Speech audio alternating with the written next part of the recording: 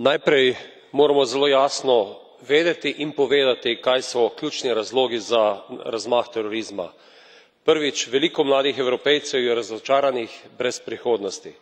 Nastajajo velika geta v evropskih metropolah, ki so prava gojišča terorističnih celic, od tam odhajajo mladi Evropejci tako v Islamsko državo, kakor tudi izvajajo teroristične napade po Evropi. Odstranitev diktatorskih režimov v Libiji, Iraku, dogodki v Siriji in Afganistanu imajo za posledico nastanek teroristične islamske države, velikega toka migrantov in beguncev, ki so destabilizirali Evropo.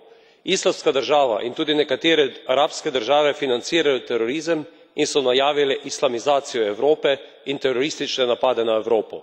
Terorizem nima meja, zato mora priti do popolne izmenjave podatkov in popolnega sodelovanja varnostnih služb in skupen boj proti terorizmu. Odpraviti je potrebno vzroke za nastanek terorizma. Pri ukrepanjih, spoštovana Komisija, pa bodite sorazmerni in ne vznemirjajte poštenih Evropejcev, kot jih vznemirjate s sedanjo direktivo o orožju, kjer ste se lotili predvsem tistih, ki imajo legalno orožje, pozabili pa na to, da je nelegalna trgovina pravi izvor terorizma.